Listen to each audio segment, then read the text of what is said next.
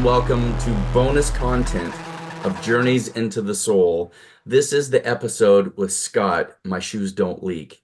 And it was an incredible episode. I'm joined here today with Scott. We're going to get a little follow-up and find out how he's been doing, how the session affected him, and just get a little bit of information kind of behind the scenes. So, Scott, welcome. I'm so glad you're here this morning. Oh, lovely to see you again, David. Yeah, it's a pleasure. My dude, we had so much fun. We recorded the session in Glastonbury with Ellemiek, and then we did the B-roll in Bristol, in your hometown where you live. Tell me a little bit about what's been going on. It's been some time since we did your session, and tell me what's your update. At the time, I was building myself up. I thought all my life was about a contract, about making X amount of millions and then retiring and going to live in the woods. And nothing played out. Everything I always said it was going to play out, nothing played out at all how it should have. It all went, but everything worked out even better.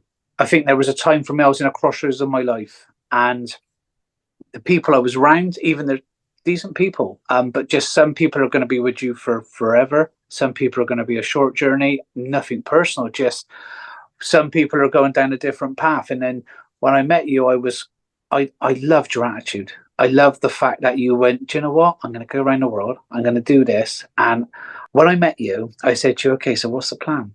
And you were like, I'm not sure. And I just loved it because I'm just so with work. I'm like, right, from 6 till 6, it got to be like this. And if it's not wrong, oh my God, let's stress. Let's get upset. I just felt relaxed around you straight away. When you come in, it was a point where I was like, right, I'm going to make all these millions. I'm going to go retire and I'm a successful man and blah, blah, blah. Literally, when you left, it went the quietest it's ever been in my work for 2 months. And it made me have to dig deep, not physically, mentally, because sometimes maybe I've been physically strong, but mentally I haven't been as strong as I can be. I'm okay with saying that because at a time, like I'd be too, oh no, I'm okay. I'm really strong. There was things I needed to work on. And sometimes when you look in the mirror and say it to yourself, it's the start. For a couple of months, it wasn't going at all well. My partner, Kelly, who you met, who it's just my rock. And literally was like, look, it's a test. Better things are going to come and we've got our health. So then work started to pick up. I had a health issue, which I had a thing called diverticulitis. And it just knocked the stuffing out of me, where I was someone, as you know, was training twice a day, working hard. So from doing that to then not being able to do your shoelaces up and walk the dog, and when he was pulling you, it was frustrating. You're like, wow, I'm half a man here. It was mentally affecting me again. Something happened in that journey, because what made me realize was health is the most important thing. And also, look, I'm 46 now. I'm happy where I'm to. I enjoy walking. I don't want to be smashing my body up I've done it for years. And I'm so thankful for the training I've done, but those days are gone. Like where I don't need to be down there validating myself. And I love the people. There's no issue. It's just the journey is different. Like when you come, so much changed. Like I wish I could say it into one word, but it's not, because it literally just went boom. And it was like, holy shit. Part of the session, the theme was about being patient and allowing things to come to you and knowing that they'd be okay. I mean, that was a running theme. It sounds like you had an opportunity to actually put that into practice after your session. You're right, it did. Because there was nothing I could do about when I was ill. I couldn't just say, okay, I'm going to wake up tomorrow and it's okay. It was something I looked at and I was like, okay, I'm going to take my health even more seriously. So I went to holistic coach, had some like bloods done, and it was like, okay, my zinc's here, my potassium's here, blah blah blah. I started just eating organic, just eating certain organic meats, and everything started changing because I was trying to learn patience, but also I was like, what's making me happy? What matters now? Like, not like you've just done a session, let's put up on Instagram, or you've just gone down and everyone's like, yeah, do you know what? You're really tough, or you're really like, fuck off, sorry for swearing, but like it just, nothing actually meant, like, it was like, do you know, like, I just want to walk my dog at 5 o'clock in the morning, because sometimes I love being away from people as much as I love seeing you and speaking to you. There's times, all I want to do is be on my own. It was nice because you give me the space. And what I mean by that is like I hadn't been around someone like yourself before. And then like you probably never even really realized it, but there's parts of you I admired where I was like, I'm gonna try and implement it into my life. But of course, when we try it, first of all, it don't work well. With my brain, it doesn't work straight away. It takes a bloody long time. And it was nice because there was there was bits I seen about it which I admired, and it was like, do you know, like it made me happier in things I'd done, like little things like having a coffee brought up by my girlfriend in the morning. I was lucky because I live in a beautiful home. I've got someone who loves me, and like just stuff which I know sounds a bit cliche, like I've took for granted. And then when both our healths got back better, it was like, ironically, the contract I was supposed to get, I've got, and a little bit more has come along the way as well. Like people, what was really nice, of course, money is important. Is I can sit here and tell you it's not, but the truth is it is because I've got to pay my mortgage. But people thank me.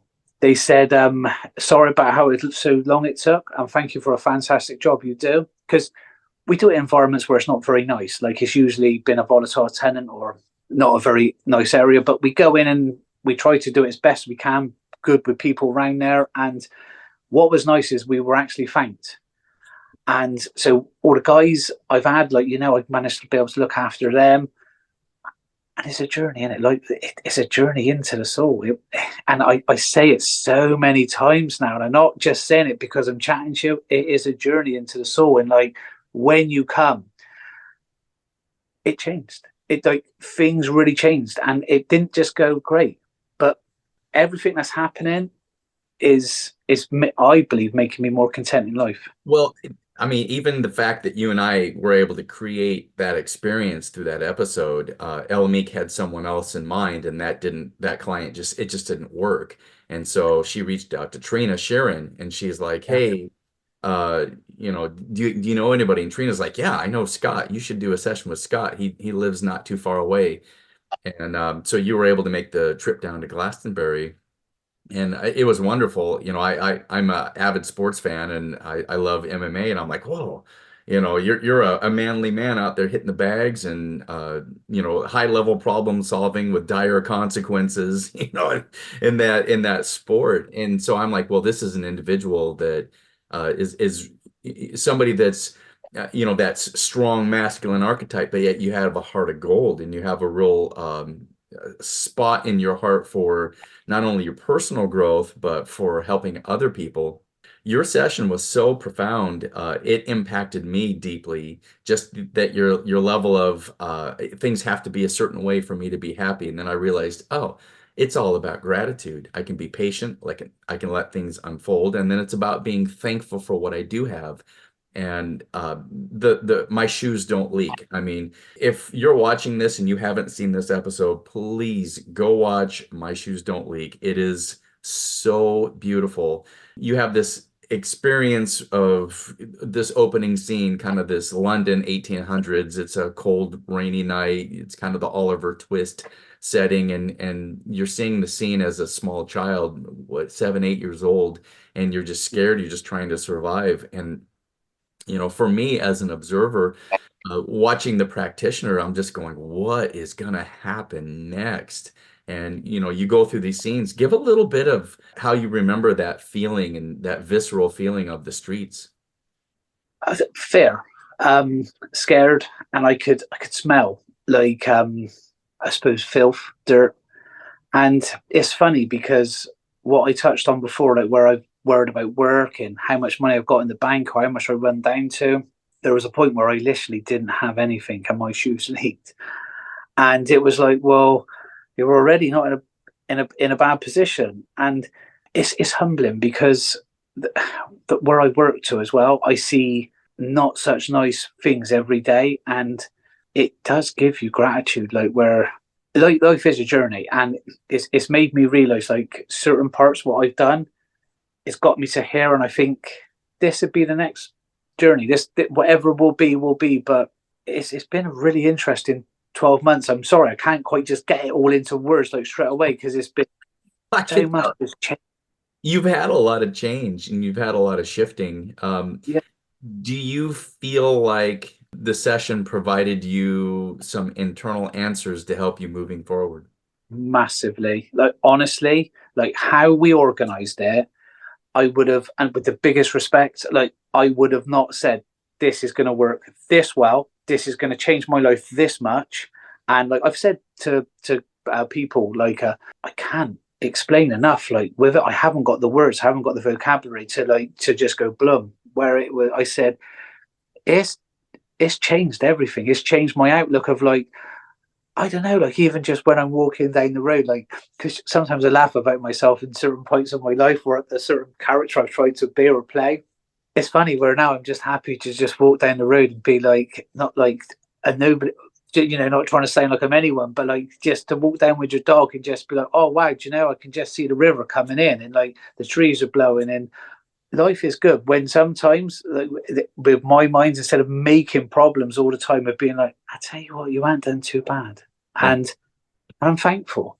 I could tell there's so much gratitude from you. In your session, uh, it was really interesting. You went from this little boy, you worked through, well, now you've found a place where you're wearing a uniform and you're probably a little older now and you're Yeah, going on hunts and you're helping with that. So you have this sense of ownership. The session was a long session. I didn't have a chance to include every single detail, but there was an older man that gave you an opportunity and he said you could sleep in the barns and you just kind of worked your way up. Later on, you're now in this house that's an old chapel, and you have a wife and a son, and you're so full of gratitude for them. And I'm like, wow. And you wanted to give your son something that you didn't have, and that was this fatherly love, this nurturing. I'm going to yeah. take care of you because you didn't have that in that lifetime. And so you have this healing, but then Ellemiek has this sense that, there's still something. So she says, go to the next most important place, and you go backward in time as this little boy again. I remember looking down. Is that when I said basically I just wanted to slaughter them all? That's my favorite part is she says, well, go backward and you go, oh, well, really, I want to tell these people something, but what I really like to do is slaughter them all. I want to kill them and destroy them because you're a strong, powerful man and you're dealing with this anger and you're like, here's this little boy that you didn't look out for and man, I'm going to enact revenge and I'm ready to go. Clearly a warrior archetype. Do you know it's so funny because that scene plays a lot in my life now. Yeah. Because what I've realised is there's all different shapes and sizes of men out there. Plenty much bigger and stronger and tougher than me.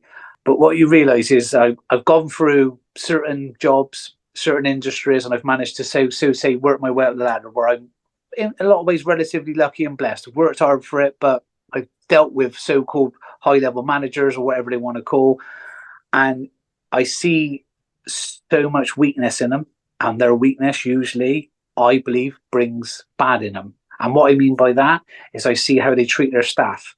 When I've seen certain managers come on site, and because they've got their Amarni shirt on, and then the labourers on £10 an hour, they look down on them. And it's probably because now I've got my own contracts where I can be a little bit more open, and I don't actually bully, but what I do is I let them know I can see it. And so I would say something usually a little bit sarcastic, but a little bit funny, but just to let him know we're all the same. We're all going to go in a box. And do you know what? When we're dead, we're all exactly the same. Yeah. Being strong comes in so many different ways. And it doesn't mean how hard you hit a punch bag. It's actually sometimes about being what a good person you can be when sometimes you're under pressure. Sometimes you're having a bad day because I have plenty of them. So I'll always be thankful for you and Ellemiek because honestly, and I'm not just saying this because we're doing this now, like we're so much change, David, honestly. That's awesome. I loved that you had this gift exchange with this scene, Yeah. this little boy scene, and Ellemiek said, do you have something to say to him? Does he have something to say to you? And there was a sharing there, and he told me thank you, and I told him, it's gonna be okay. And then she said, do you have something to give him? And you're like, yeah, I give him my coat. Well, how does he feel? Oh, he feels it's warm and he's very happy. Well, what does he give you? Oh my goodness. And you go, oh, oh, he's giving me his shoes. And these tattered rags that, they're not shoes, they're just rags that are wrapped up. And you have this vision, this visceral scene that you can see of these shoes. And then you go, he gives me his shoes and he's like, here, take this. And you're just like, my shoes don't leak. And here he's giving me the most important thing he has, which, we would see no value in it other than the value that this was the only thing he had to give you. He gave you the most precious thing he could. And every time I see that, boy, I get choky and I'm like, wow, just being grateful for everything. And you go, could you go out and buy another pair of shoes? Yeah, you could probably buy two, because even though things are tight, we still have the ability to have the Yeah. means to do that. And Yeah. what a powerful image. And you were even thinking, I'm gonna find an image to remind myself. Tell me about that scene. It was so humbling because it, like before, like I'd be like, when I've had certain cars or certain like brands I want to wear, and it just like it never really hit home until a time like that when you're like, well, if you've got warm, dry, clean socks, shoes, like, does it matter if Nike's on there? Does it matter if whatever, like, brand? And I thought I was on a spiritual journey before I met you, and maybe I was it on page one, but I think so many dials changed then. And when I looked at things, when I spoke to certain managers, when I was having certain meetings, it didn't mean as much because like I'd be there and I think, well, if they probably think what's going through my head now, they wouldn't want me in the room. But like, but two, it was so much bravado, it was so much bullshit, Yeah. and it was like, I don't mind doing a bit of it, but however long I've got left on this life, I'm gonna have a bit of fun as well. I'm gonna like not take my life so seriously. Of course, you've got to do, but at the same time, like if I trip up, so what? Like I've done that plenty of times anyway, and I'm trying not to. I loved that theme too, because you were just about it's just enjoying every moment, being grateful for a loved one, being grateful for a place to live, or your pet, or the things that you do in life, just enjoying every moment. That was such a big theme also. I'm really thankful for that, and even when I have hard times now, because sometimes you've got to. Well, I try and define hard times where I haven't really got it that bad, and what I mean by that is, okay, when your health's a bit dodgy, of course you want to get that right, but I can usually have a choice of 2 meals a day. Like if I come home, there's not. If I don't fancy that, I'm going to probably have something else in the fridge. Or I'm pretty blessed. What I find now, some people call this airy fairy or whatever you want to call it. Like the more I be positive, the more I see the gratitude and things like that. My life usually gets better. Is it from because I'm just appreciating the little things, or do I manifest something else? I think a little bit of both. It's good. It's me and Kelly. We're going to get married in June. Woo! Um, Congratulations.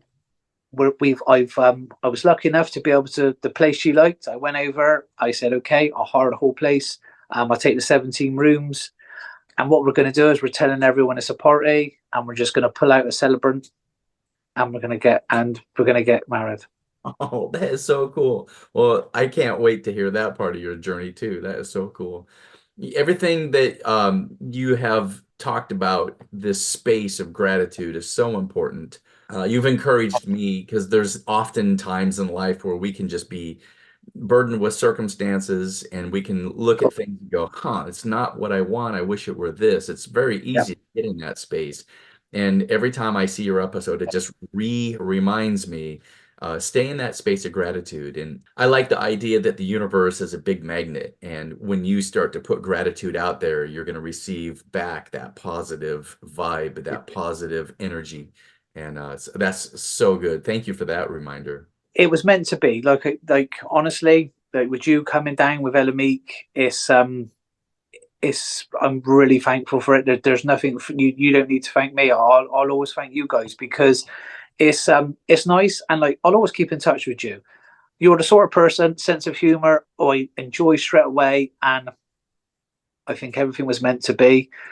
And I'm sure at some point we'll see each other again. I'm sure even with we'll work. I don't think this would be the end of the story. It's my gut feeling. Yeah, no, that when you meet fellow souls on this journey, you realize, oh, that's the tribe that I vibe with. So yeah, we have that. Absolutely. We have that. Scott, thank you for being here today to share. If you have one thing you want to make sure people realize whether it's from your episode or from just a thing in life, what's the one thing you want to make sure people take away from your journey? Like past life regressions, that they're real.